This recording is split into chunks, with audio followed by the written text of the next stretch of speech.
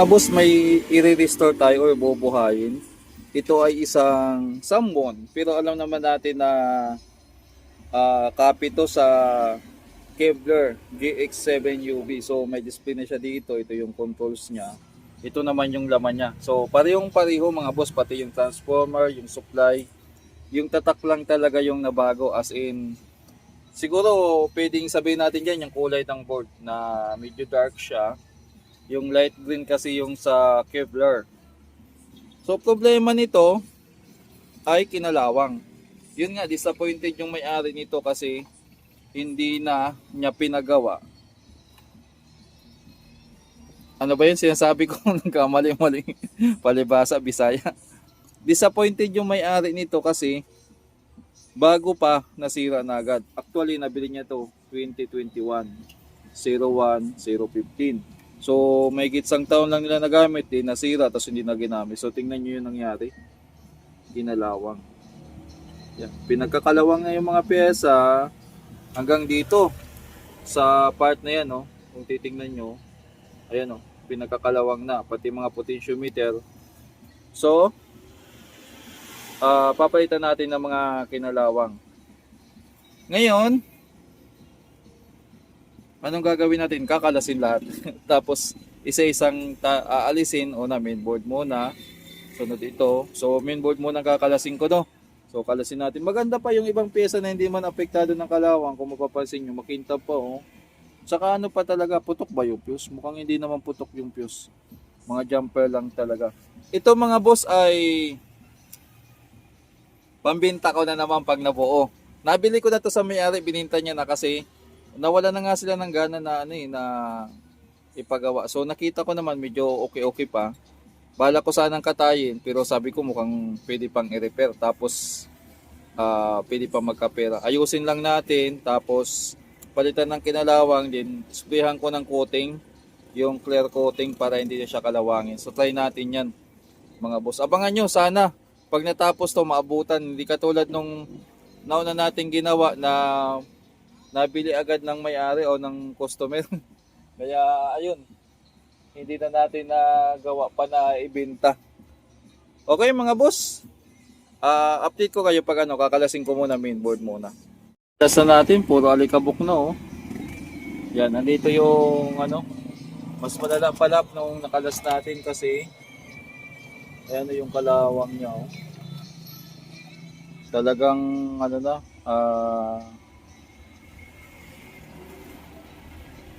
talagang alikabok siguro to o talagang yung pyesa niya. Wala pa tong repair, kung mapapansin nyo, pero nagsimula na magkurod. Ayan, oh. Wala pang repair yan, kaya kailangan malinisan natin. Siguro kailangan mahugasan. Ito naman, bloweran ko na lang muna. Then ibalik ko muna sa taas para hindi nakakalat dito. So ayan, malinis na. Pinunasan ko, binanginan ko, pinunasan ko ng basang-basahan, malinis na. Wala na yung alikabok. Tapos nalinis ko na rin yung kaha, yung board. Ano ba yan? Napabaliktad natin. Itabi ko na muna to para yung board lang muna, yung mesa ko nga, ayusin ko pa. O, tingnan nyo, pangit na. Okay, dito tayo magsisimula. Nga pala yung blower, nilinisan, pati itong isa. Pati itong sa heatsink ko kasi lilinisan din natin yan. Pero huli na yan. Focus muna tayo dito sa paano yung game plan natin dito. So from dito pag yung isa-isahin natin yung pyesa. Tapos titingnan yung may kalawang, palitan na. Yung hindi pa, wag muna. So far dito, itong part na to mukhang ligtas. Ligtas dito. Kaya dito tayo mag-focus dito sa OCP. Tapos papunta dito hanggang dito, pag ganun. Okay. So dito sa input wala namang problema diyan. Kaya medyo mapapabilis yung repair natin. Dito naman sa alikabok, punas lang yan. May basa tayong basahan dito, ayan. Diba, malikabok, wala na agad. Tapos punasan natin. Wala na. Malinis na agad. Ayan. So, yun ang gagawin natin dito mga boss. Para malinis natin. Okay? So balikan ko kayo.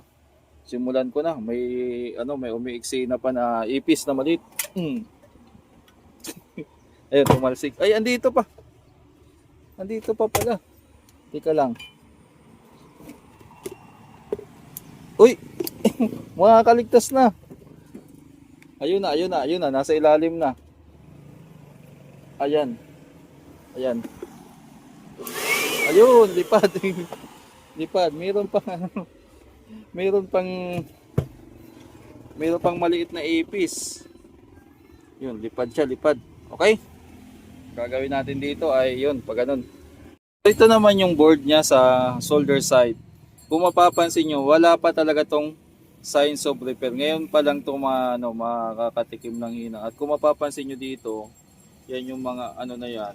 Sa tingin ko yung mga ipis na maliliit ay yung mga itlog nila. Oh. Yan oh. Yung ipis na maliliit yung nakadali niyan. Ayan, kung mapapansin nyo, nag-iba na yung kulay ng board. So dito, start tayo siguro dito sa kabila kasi binaliktad natin pag ito. Ayan, dito. So isay natin yan. Kailangan natin kalasin yung iba na may kalawang para ma-check isa-isa. So pag ganito, tiyagaan talaga.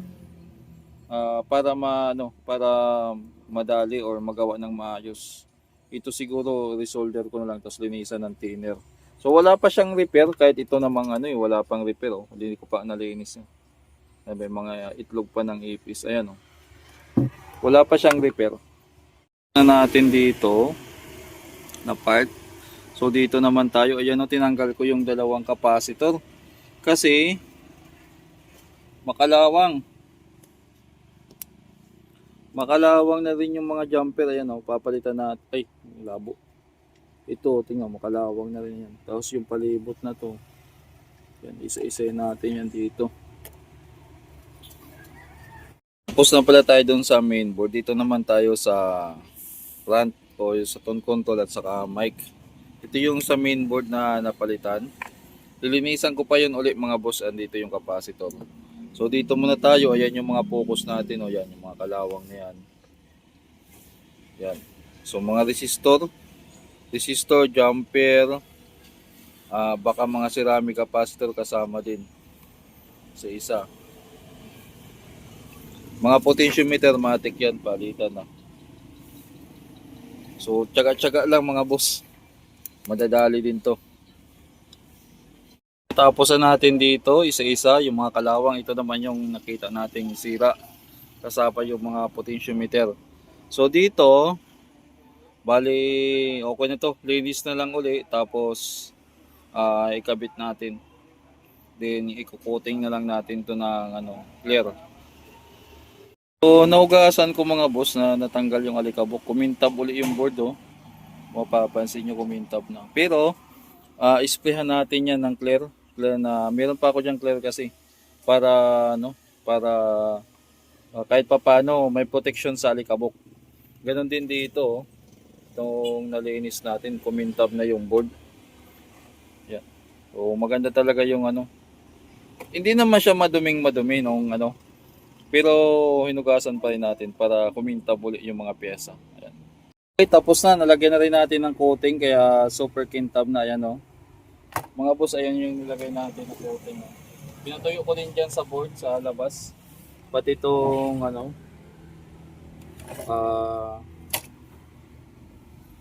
pwede na. Subukan natin. Sana hindi sablay.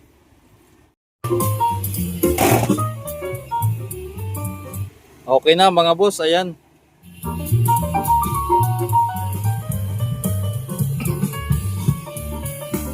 Malinis na rin at saka makintab na rin yung board.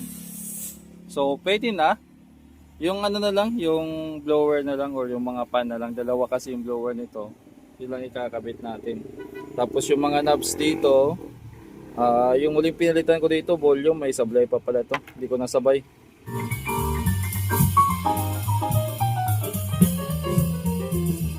Yung Bluetooth connected naman. Dito kasi yan nakakonect sa phone ko. So na-testing ko na Bluetooth, yung mic na-testing ko na rin. So try ko na lang patugtugin to mga ilang araw. Pag goods na, matik yan, for sale na.